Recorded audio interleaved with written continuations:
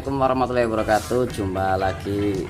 Siang ini kita kedatangan untuk Vega Setter. Udah 2 hari di sini, Mas Bro. Ini baru sempat kita rakit kembali. Ini motor capek juga, soalnya ini buat ojek. Jadi motor jarang berhenti kalau siang sampai malam kadang begitu. Untuk kendalanya sih motor ini sebenarnya katanya yang punya ini oli cepat habis. Ya emang penyakit umum sih, di atas 2000 kilo ya oli tetap rawan banget untuk habis, Mas Bro. Jadi nggak seperti takaran semula, tetap ada yang pengurangan lah kalau motor-motor yang kayak gini, Jupiter Z1 atau Jupiter Z New, terus Vega ZR rawan banget memang. Tapi katanya orangnya sih untuk ini motor udah pergantian di piston. Emang udah ganti, kita bongkar udah ganti untuk pistonnya. Ini awal pakai piston NPP maksudnya, Mas Bro. NPP sebenarnya sih masalah piston ori atau enggak sih menurut kita ya nggak masalah banget lah. Kalau NPP juga masih kuat, sebenarnya sih masih kuat ya, setidaknya nggak cepet banget lah, Mas Bro. Ini katanya berapa bulan, 2 bulan terus ya nggak tahu lah, pokoknya cepet habis ganti serep, tapi habis ganti piston tapi tetap nggak lama kambuh lagi untuk penyakitnya oli habis. Terus ini nggak melaker, share nggak baret, cuman bunyi ngitik ya, bunyi kayak piston kocak lah, ngetek. Cuman nggak luka sih, untuk piston masih layak, cuman untuk bekas-bekas oli bocor sih masih ada. Untuk kemungkinan yang pertama sih pas kita bongkar emang dari piston, untuk arah piston ini kebalik. Jadi yang ada tanda panahnya ini menghadap ke atas awalnya. Benar. Soalnya untuk posisi piston kebalik juga pengaruh banget untuk keawetan juga, Mas Bro, gesekannya juga. Jadi ini awalnya emang piston menurut kita sih ini kebalik. Jadi kita cuma pergantian piston sama pengecekan jur oli udah. Ini piston yang menurut kita sih yang benar untuk coakannya ini di bagian bawah, Mas Bro. Untuk coakannya di bagian bawah, untuk tanda panahnya ini menghadap ke X, untuk tanda panah menghadap ke X. Jadi untuk piston biasanya lebih awet ya, emang aturannya kayak gitu. Jadi gesekannya itu lebih minim daripada untuk dibalik ini di atas.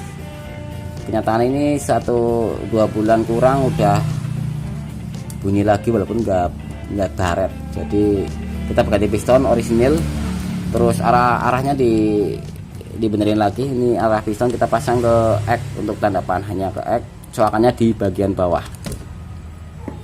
Seperti umumnya untuk ZR di sini memang di daerah bos-bosan head biasa, untuk daerah noken memang kocak. Jadi ini menurut seperti, Mas Bro. Untuk di daerah biasa untuk ZR Jupiter Z New ini kita rubah di bagian bearing dalam. Ini aslinya emang udah pernah kita ulas, untuk orinya emang pakai bos doang, jadi rawan juga untuk kena kocak. Kita ganti pakai bearing 6002 punya Jupiter Z. Tinggal dibubut, dipasin, Mas Bro. Untuk noken as itu PNP, nggak usah buat bubut, tinggal masuk. Yang dirubah cuma bagian head. Untuk dudukan dalam itu bearing dalam itu yang dirubah untuk dimasukin bearingan. Begitu, ntar kita pasang semua aja. Jadi mohon maaf jika sedikit, pokoknya tipsnya kayak gitu aja lah.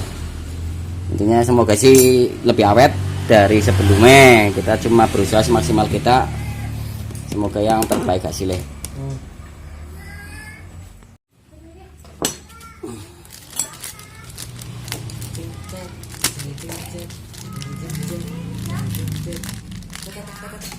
Besaran aku nang kok loro.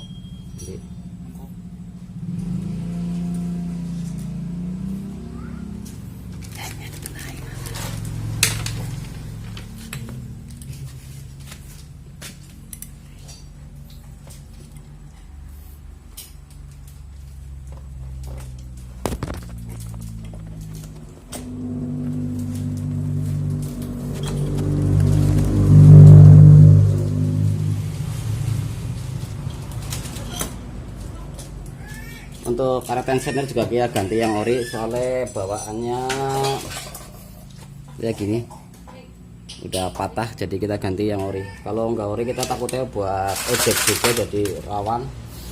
Pokoknya kita pergantian yang ori semua Mas Bro. Untuk daerah piston sama rantai keteng juga kita ganti yang ori.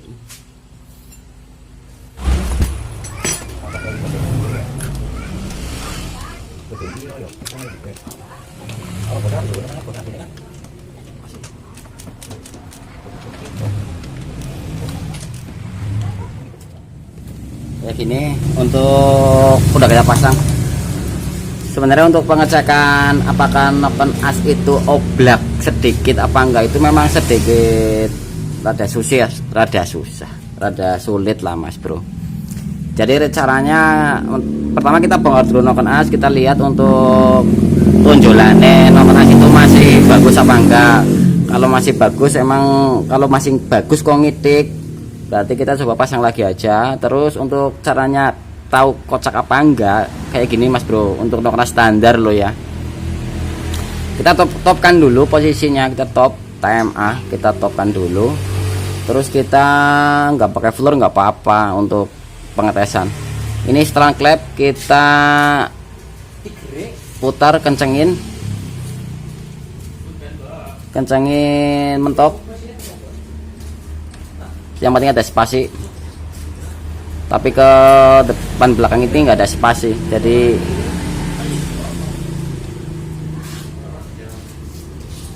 ke kanan kiri ada spasi, depan nggak ada spasi Mas Bro. Terus kita putar maju sampai posisi klep X ini neken penuh puncak lift, neken penuh. Kira-kira aja tapi bisa Mas Bro, kira-kira neken penuh untuk klep X.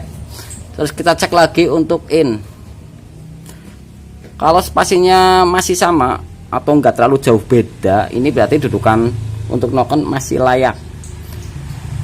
Terus juga pengecekan untuk rombak bearing, soalnya untuk rombak bearing dalam selisih geser sedikit saja itu sama sih Bro, kayak nggak bisa setel sama untuk klep, malah kadang bunuh diri, jadi ngitik terus nggak ada berhenti nih. Kalau ngesok bagian rombak bearing dalam ini geser sedikit lah, soalnya nah itulah kendalanya Mas Bro. Kalau ini masih sama untuk posisi X neken full, innya masih sama posisi top, berarti presisi. Tinggal kita cari posisi X, dicoba lagi X nya. Ini X sama top kita tempelin, tapi nggak terlalu kocak lah, intinya ada spasi, kira-kira aja nggak apa-apa.